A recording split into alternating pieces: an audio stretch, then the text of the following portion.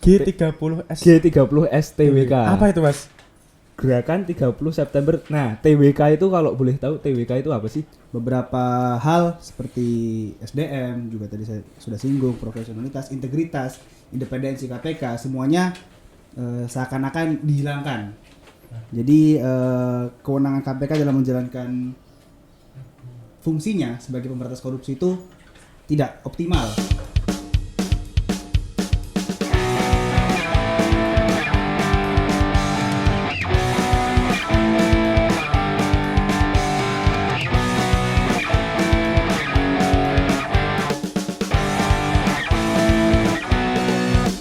Assalamualaikum warahmatullahi wabarakatuh. Waalaikumsalam warahmatullahi wabarakatuh. Selamat datang kembali di Potlaw Podcast Hukum FHUII. Kembali lagi dengan saya Rizky Nugraha Ulyadi Putra. Dan saya Hatta Muhammad Irsyad. Nah, ini kita dapat bertemu dua narasumber lagi ya, Mas. Yang kredibel narasumbernya ini ya. Nah, sebelum kita mengarah ke narasumber, kita menyapa dulu lah viewer kita. Ya, boleh. Nggak lupa-lupa ya, nggak capek-capek kita mengingatkan lah ya. 3M. Protokol kesehatan 3M, memakai masker, mencuci tangan dengan sabun dan menjaga jarak. Itu ya. Terus sekarang ini kan udah ada dua narasumber. Kita kenalan aja dulu ya. Boleh, kenalan dulu dari yang cowok nih. Oh, yang cowok dulu. Ya, boleh lah. Jadi aku Rizky Mirsa Pratama, bisa dipanggil Almi. Alhamdulillah pada periode kali ini diamanai sebagai Kepala Departemen Politik dan Jaringan. Politik dan Jaringan, Pak Kadep ya. Oke, selanjutnya yang cewek. Ya, perkenalkan nama saya Fiti Muzara Elva. Di sini saya sebagai fungsio Departemen Keilmuan dan Riset. Departemen Keilmuan, Riset dan Politik Jaringan. Wah, kira-kira bahas apa ini Mas Rizky? Kalau dari Pak Kadep Medcom ya, kita tuh suruh bahas tentang RUU KPK. KPK-nya Mas, nggak cuma RUU ya. Kita membahas itu menyeluruh Mas maksudnya. Kita membahas menyeluruh tentang KPK ini. Nah, KPK itu masih Komisi Pemberantasan Korupsi Mas. Masih ya? Masih.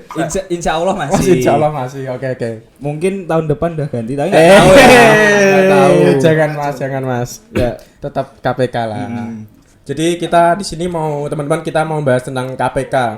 Kita ketahui sendiri ya, KPK ini sebagai anak kandung reformasi pasti telah melalui berbagai lika-liku kehidupan.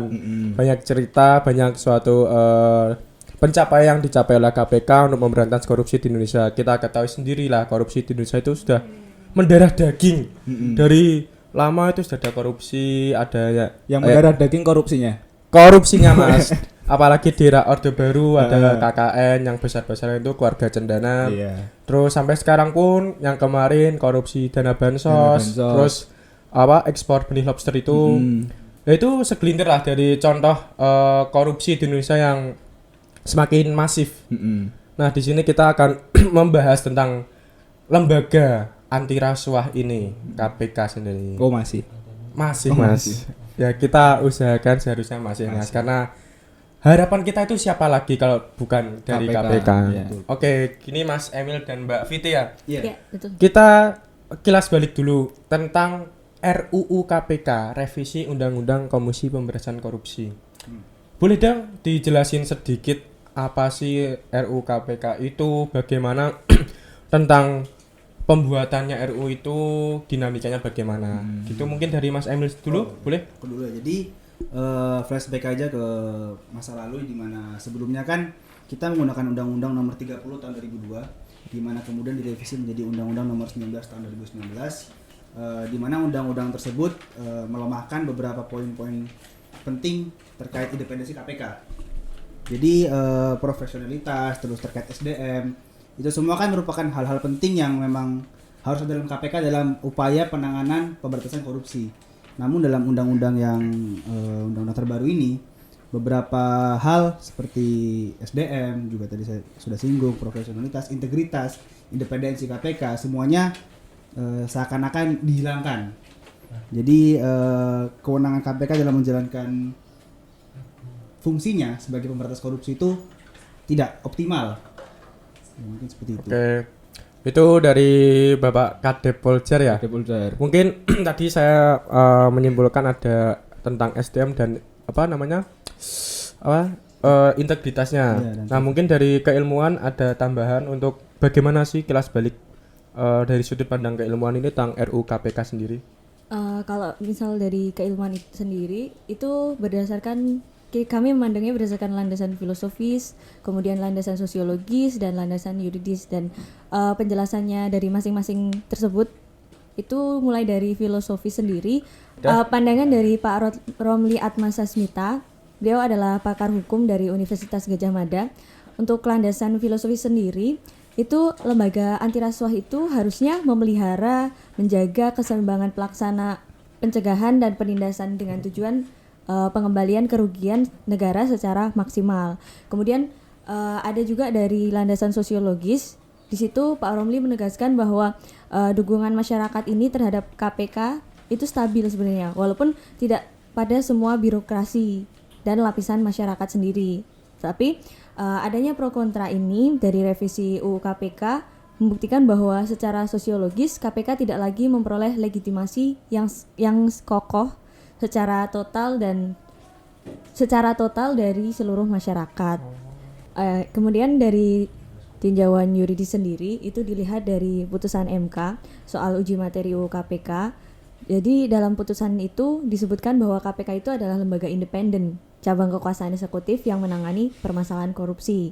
Nah, kalau misalnya itu tuh putusan KPK, maka dampaknya UU KPK itu direvisi karena UU KPK tak menyebutkan bahwa lembaga independen yang tugasnya lidik, sidik, dan tuntutan. Dengan putusan MK itu UU KPK harus diperbaiki secara struktural dan organisatoris.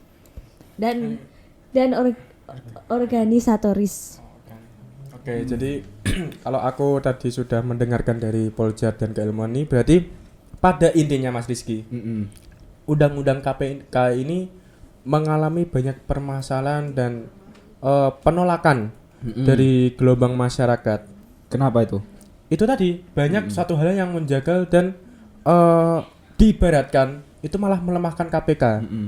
Jadi maka dari itu aku nggak menyalahkan kalau misal dari masyarakat ini, dari elemen masyarakat, dari akademisi maupun dari praktisi juga itu menolak adanya RUU KPK ini. Nah, kalau nggak salah ya di Indonesia ini ada yang namanya sistem judicial review untuk masyarakat yang ingin mengajukan tentang undang-undang ke Mahkamah Konstitusi. Nah, apa sih mungkin dari Poljar boleh di spill sedikit sih judicial review itu? Ya, jadi seperti yang tadi Mas Hatta sudah singgung terkait judicial review, di mana masyarakat punya hak untuk menguji undang-undang yang memang dirasa memiliki kekurangan.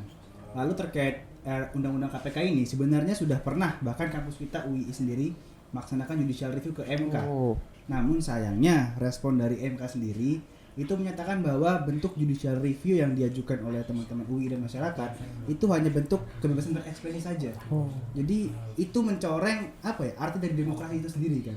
Betul. Iya, jadi itu semangat demokrasi yang seakan-akan dirusak oleh pejabat-pejabat di MK atas responnya terhadap judicial review yang diajukan. Jelas mencoreng baik demokrasi yang berlandaskan Pancasila. Jadi kurang lebih seperti itu Mas Hatta. Oke, jadi seakan-akan dari judicial review ini hanya sekedar mengajukan pendapat gitu ya, Mas? Iya, itu respon dari MK seperti itu. Kalau menurut saya itu hanya benar-benar mencoreng demokrasi Iya, lah. benar. Dan satu lagi, kalau misal kita keterusan seperti itu, kita diibaratkan hanya mengajukan pendapat, artinya judicial review ini nggak ada gunanya dong. Kalau nggak salah dari Yang Mulia Dr. Wahidudin Adams ini, Hakim Konstitusi itu pernah bilang pada dissenting opinionnya ketika persidangan Undang-Undang KPK ini, beliau mengatakan bahwa seharusnya kami dari MK ini benar-benar mengkaji lagi. Jangan sampai masyarakat hanya menganggap bahwa apa yang diajukan ke konstitusi, ke Mahkamah Konstitusi ini hanya indah dalam cerita. Begitu. Jadi benar dari persidangan MK sendiri, Undang-Undang KPK ini tidak bisa tembus lah istilahnya untuk kita dari masyarakat mengajukan judicial review. Gitu. Oke, mungkin Mas Rizky, kita pembahasan selanjutnya apa ini Mas Rizky? Nah, kalau tadi kan saya bentar. Nah, Apa itu Mas Rizky? Wah. Contekan Mas. Contekan. Oke Mas, boleh. Ini tadi kan saya dikasih materi kan. Oh, oke. Belum sempat baca semuanya. Nah, di sini kan apa namanya? Judulnya 30 STWK. 30 SPG 30 S G30 STWK. Apa itu Mas? Gerakan 30 September. Nah, TWK itu kalau boleh tahu TWK itu apa sih? Di Mas materi Rizky ini. Enggak mau apa jelasin langsung ke ini narasumber ada? Ya ini makanya tanya. Oke, boleh. Oke, dari Keilmuan sendiri, TWK itu kan tes wawasan kebangsaan, di mana biasanya tuh yang tes seperti ini tuh yang mau masuk ASN. Nah, sedangkan sekarang ini ternyata KPK juga dites yang seperti itu gitu untuk apa ya, semacam Pengalihan status. semacam menjadi pengalihan status kepegawaian dari KPK menjadi ASN. Gitu. Ya, Gitu. mungkin sedikit tambahan dari saya, hal itu dicetuskan dalam peraturan Komisi Pemberantasan Korupsi yang memang disebutkan bahwa memang proses pengalihan pegawai KPK menjadi ASN memang harus melalui proses TWK. Namun pendapat saya ketika mengetahui informasi tersebut itu seakan-akan BKN sendiri dalam mempersiapkan TWK-nya seperti tidak siap lah. Karena banyak catatan dalam TWK, tes TWK yang mungkin mencoreng sebenarnya moral wawasan kebangsaan sebenarnya, karena nggak sesuai sama Substansinya ya? Substansinya. Oke. Nggak sesuai. Terus apalagi Mas? Apa namanya di poin keempat ya kan? Apa namanya? Status nonaktif bagi 75 pegawai KPK dengan dalih gagal lolos TWK. Berarti apa? Semua pegawai KPK ini semuanya dites. Iya. Nah, Iya. terus 75 pegawai ini dinonaktifkan karena tidak bisa memenuhi tes tersebut. Gitu. Terus kalau 75 ini enggak di status nonaktifkan, mereka ngapain? Kalau yang saya dengar selama ini, mereka itu ya hanya berangkat, terus mungkin cek email atau ya pekerjaannya tuh nggak seperti biasanya kan. Biasanya mungkin ada penugasan gitu, harus ditugaskan di ini, mengurusi masalah ini atau mengamati ini. Nah, tapi karena dialihfungsikan itu dan 75 itu tidak lolos, jadi mereka hanya sekedar masuk, istilahnya pemakan gaji buta ya. Oh, lebih kayak ke admin all shop Mas. Iya. Gimana tuh Mas Rizky? Kok admin also itu gimana tuh? Masuk ngecek email itu. Setelah itu pulang. Nah, barangnya ready enggak, Min? terus lanjutnya tadi kan 75 pegawai sudah dinonaktifkan. Terus kabarnya beberapa yang lalu akhirnya dipecat ya, Mbak Fiti ya? Iya, kabarnya ternyata awalnya dari Presiden Jokowi sendiri kan janganlah dipecat gitu kan. Ibarat kata jangan dipecat dulu, kita masih bisa mempertahankan pegawai ini gitu kan. Tapi ternyata dari KPK sendiri tidak mengindahkan apa yang sudah dikatakan oleh Pak Jokowi. Seperti itu. Dari tadi penjelasan itu kan berarti di RU KPK ini adanya cacat hukum ya Mas ya? Iya, ada cacat hukum Mas. Kalau boleh tahu tuh cacat hukumnya di RU KPK ini apa aja, bisa dijelaskan nggak? Oh iya, tadi kita belum bahas tentang cacat permasalahan, kita cuma bahas masalah tapi nggak tahu pokok pembahasannya ini. Bahas RUU, bahas admin all shop tadi. Nah ini cacat hukumnya ini di mananya? Mungkin bisa dijelaskan sedikit lah. Oke, jadi yang pertama itu dari konteks substansi TWK juga cacat karena basis penilaiannya. Jadi dari penilaiannya itu pertanyaannya itu kurang masuk di akal, kurang irasional gitu. Karena yang ditanyakan itu menyangkut paham pribadi atau paham agama yang sebenarnya urusan agama itu adalah urusan dapur kita sendiri-sendiri. Ya, betul. Jangan dibawa ke urusan ruang tamu gitu kan. Yeah. Kan ini urusan publik, urusan kenegaraan, kenapa kok harus membawa agama? Nah, itu sih cacatnya. Untuk cacat hukum yang selanjutnya itu dari keputusan pimpinan dari KPK nomor 652 tahun 2021 yang menyebutkan bahwa pegawai-pegawai yang tidak lolos dalam tes TWK itu diminta untuk menyerahkan tanggung jawab kepada atasannya, yang sama sekali itu tuh tidak diatur dalam UU KPK, bahkan juga tidak diatur dalam peraturan pemerintah nomor 41 tahun 2020. Seperti itu. Ya, mungkin sedikit tambahan Oh, dari boleh. saya juga.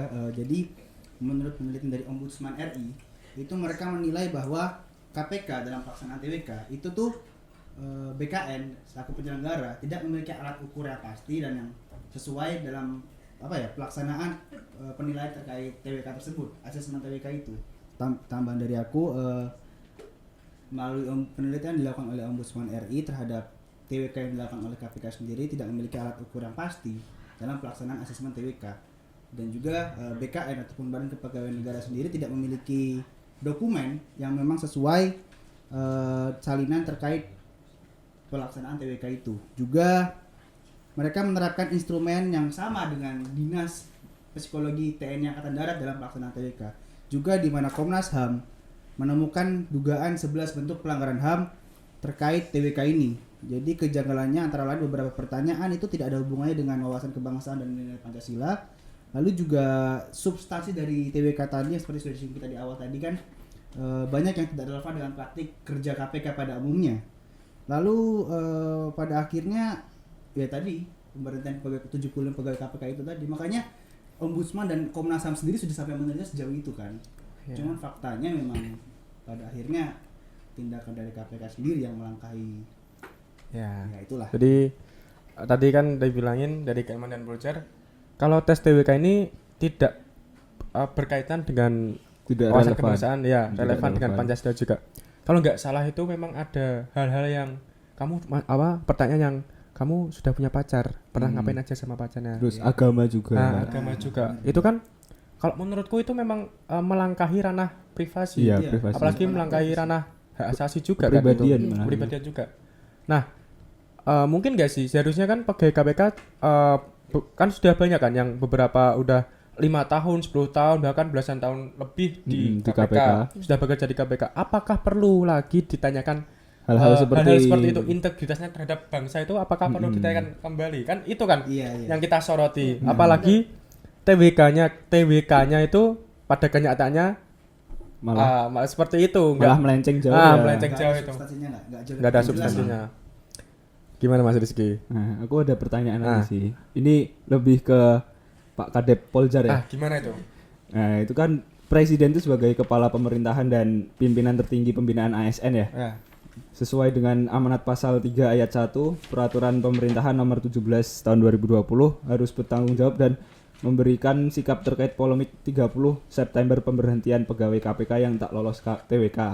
Nah, itu presiden sendiri itu harus bersikap kayak gimana sih untuk melandasi argumentasi itu tadi? Jadi presiden harusnya bersikap seperti pada dasarnya dilandasi dalam presiden yang merupakan pejabat dan juga pimpinan tertinggi kepegawaian berdasarkan Undang-Undang ASN dan PP nomor 17 tahun 2020, juga Komnas HAM yang menemukan pelanggaran HAM, juga temuan dari Ombudsman RI terkait adanya maladministrasi, di mana rekomendasi Ombudsman RI dan Komnas HAM adalah sejalan dengan sumpah presiden yang harus taat pada Undang-Undang Dasar Negara Republik Indonesia tahun 1945. Sejalan pula dengan pasal 1 angka 7 Undang-Undang nomor 37 tahun 2008 yang menyatakan rekomendasi adalah kesimpulan pendapat dan saran yang disusun berdasarkan hasil investigasi Ombudsman kepada atasan terlapor untuk dilaksanakan dan atau ditindaklanjuti dengan rangka peningkatan mutu penyelenggaraan administrasi pemerintahan yang baik. Pada akhirnya otoritas presiden sendiri yang mana pada 2009 sudah berjanji untuk menguatkan aspek pemberantasan korupsi, dan pada 17 Mei kemarin presiden juga menyatakan sikap bahwa TWK tidak dapat menjadi dasar pemberhentian pegawai KPK yang tak lolos TWK, dan proses pengalihan status pegawai KPK menjadi ASN tidak boleh merugikan hak pegawai KPK untuk diangkat kembali menjadi ASN. Oke, jadi Itu tadi seharusnya presiden bertanggung jawab penuh ya. ya itu harusnya sikapnya presiden ya. Ya. Tapi kenyataannya gimana Mas Tapi Rizky? kenyataannya ya nggak tahu ya Mas. Duh, nggak apa-apa Mas. KPK tuh masih KPK nggak tuh? masih Mas, masih. Insya Allah masih. Oke. Kita tadi sudah membahas tentang RUU KPK, tentang judicial review juga yang dari bagian undang-undang tadi. Terus kita menyoroti tentang TWK yang benar-benar bermasalah ini ya. Terus kita ke pembahasan terakhir nih Mas. Iya, boleh. Yang sedikit ya krusial lah. Iya, boleh. Untuk siapa nih ya? Ya kalau mau menjawab silakan. Apakah dari kita kilas balik tentang RUU KPK sampai ke TWK ini sampai kemarin ada gerakan 30 September TWK tadi. Iya. Apakah di situ ada indikasi kepentingan politik oleh elit-elit pemerintahan dengan adanya pelemahan KPK yang telah kita ketahui dari tadi yang kita telah bahas tadi. Itu apakah ada kepentingan politik di situ, ada indikasinya? Ya, terkait itu ya. Mungkin secara secara kasat mata atau kita pandang dengan mata telanjang itu memang seakan-akan ada. Seakan-akan ada. Kembali lagi kita tidak tahu lah apa tujuan pemerintah dan juga DPR dengan draft-draft RUU KPK yang terkesan tidak wajar sih. Tidak wajar. Ya, itu kembali lagi ke rahasia yang di sana. Kita nggak tahu apa-apa di sini kan. Ya, itu sih. Itu mungkin dari keilmuan ada statement tentang indikasi politik.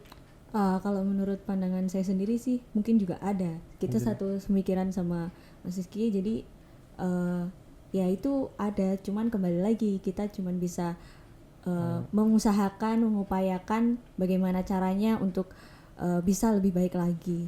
Oke, jadi ya pada intinya banyak suatu hal yang harus kita Mas? Kita cari-cari, kita kaji lagi, telaah lagi tentang KPK ini sebenarnya ada apa atau di balik KPK ini. Badan KPK. Apalagi kita kan Semuanya berpolitik. iya, Politik, beberapa tahun lagi kan kita akan menghadapi kontestasi politik lagi, Iya. pemilu itu. Pemilu. Nah, kita lihat lagi bagaimana sementara ini yang kita bahas hanya ini KPK, tapi kita tidak tahu kedepannya entah besok atau beberapa hari lagi bagaimana keadaan KPK. Apakah masih sehat-sehat saja Ataukah atau sudah semakin kritis KPK ini? atau malah udah dipanggil. Sudah dipanggil yang maha kuasa. Enggak. Wafat ya berarti ya. Oke. Cuman besar aja harapan kita. Ya, Kalau tetap KPK besar kembali harapan. dikuatkan. Mungkin ada closing statement dari Teman-teman dulu. dari teman-teman dari Poljer Iya. tentang KPK ini. Balik lagi ya, yang kita tahu bahwa KPK merupakan lembaga independen negara di mana kepercayaan masyarakat terhadap pemberantasan korupsi itu besar pada KPK. Jelas keinginan saya, harapan saya dan juga mungkin harapan masyarakat Indonesia adalah kembalilah KPK pada menjadi KPK yang memang benar-benar memberantas korupsi, tidak dicampur tangani oleh kepentingan eksekutif atau mungkin kepentingan politik lain. Tetaplah menjadi lembaga independen ke depannya. Itu besar harapan saya dan juga masyarakat Indonesia pastinya. Oke, dari Mbak Fiti. Ya, mungkin hampir sama juga karena kita tetap mengupayakan dengan hal yang seperti itu tadi, dengan demo atau dengan berbagai hal yang itu tentunya diharapkan bisa kembali lagi seperti semula, sudah tidak ada campur tangan eksekutif. Seperti itu. Jadi harapannya kembali ke independen lagi. Independen, menginginkan kembalinya ke lembaga independen ya Mbak Rizky. Jadi itu tadi ya pembahasan tentang KPK yang kehilangan marwahnya. Kehilangan Kehilangan marwah ya kan? Iya, Karena kehilangan pelemahan jadinya Iya, dari TWK dan RUU ini bukan malah menguatkan tapi malah menghilangkan marwahnya. Kenyataannya seperti itu. Padahal harusnya adanya RUU itu kan menguatkan Iya. atau menambahi bagaimanalah hukumnya di dalam undang-undang itu. Tapi kenyataannya Malah KPK malah lebih dilemahkan. iya. Oke, jadi buat penonton, teman-teman yang udah lihat YouTube ini, penayangan ini, kita cuman sharing ilmu, kita kembali lagi pada diri kita masing-masing bagaimana menyimpulkan tentang KPK ini. Jadi yang ada di sini tidak menjadi dasar pemikiran teman-teman. Teman-teman boleh bebas untuk berpikir bagaimana sebenarnya KPK menurut teman-teman sendiri. Tapi pada umumnya kita ketahui bagaimana aspirasi masyarakat yang menginginkan kembalinya marwah KPK menjadi lembaga independen dan kembali ke semula lah. Ya, kembali ke KPK yang dulu Nah, lagi. ininya kembali ke KPK yang dulu. Oke, gitu Mas Rizky. Oke. Udah ya? Sudah? Sudah terlalu berat kayaknya ya. Udah capek nih Mas Rizky. Ini kayaknya pundak KPK tuh Wah, udah gimana Mas? udah turun ke sini kayaknya. Hati-hati. Berat. Depan ada tukang bakso. Dari tadi bawa grentek saya. Oh, udah. Oke teman-teman, terima kasih sudah menyaksikan Potlau kita di agenda episode hari ini.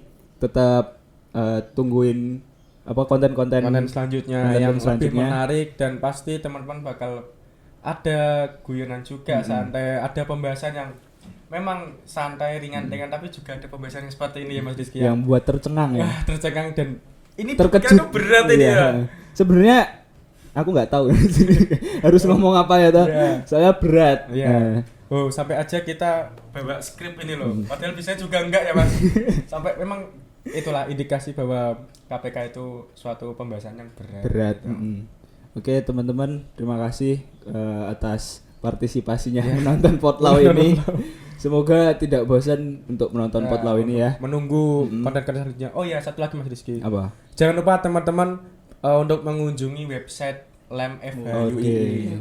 Kalau Ini. boleh tahu websitenya Nah, ini websitenya dibuka teman-teman lemfhui.net. .net. Oh, nanti kita teman-teman bisa tahu tentang apa sih LEM itu, siapa saja anggotanya. Mungkin nanti lihat fotonya Mas Emil ini, Mas wah Emil yang ganteng ini gimana. Kadep Poljar. Ya, nanti terus- atau fotonya ketum Lem. Iya, ada foto ketemu LEM juga. Terus nanti juga ada layanan aduan mahasiswa juga di sana. Terus ada brand dari Ekraf juga Ekraf. tadi tentang apa sih yang dijual Ekraf itu. Nanti teman-teman bisa langsung saja Ya ke- apa kegiatan Lem gitu ya. apa juga kegiatannya. Nah, nanti teman-teman bisa langsung mengunjungi websitenya, oke? Tidak lupa juga mengingatkan ya. Oh, Ini bagus. buat teman-teman yang nonton tuh kasihlah saran terus apa yang mau dibahas lagi gitu. Nah, boleh kok teman-teman jangan pernah takut untuk menyampaikan suaranya. Kalau teman-teman mau juga ikut duduk di sini, kami persilahkan kita bahas bareng apa yang teman-teman pengen dibahas. Duduk tak lo ya. Duduk tak lo. Bukan bikin podcast lo. Ikut bikin podcast Bikin Mas, podcast maksudnya. ya. Nah, tapi ngomongnya cuma duduk tak lo. Oh, iya. Oke. Oke, langsung Sekian. saja Mas. Kelamaan ini penutupannya Mas. Ayo Mas. Ya sekian dari saya Rizky Nugraha Aulia Saya Putra. Hatamat Irsad. Saya Rizky Musa Pratama. Dan saya Fiti Muzana Elva. Oke, selamat. Selamat. Sampai jumpa lagi di podcast selanjutnya. Wassalamualaikum warahmatullahi wabarakatuh.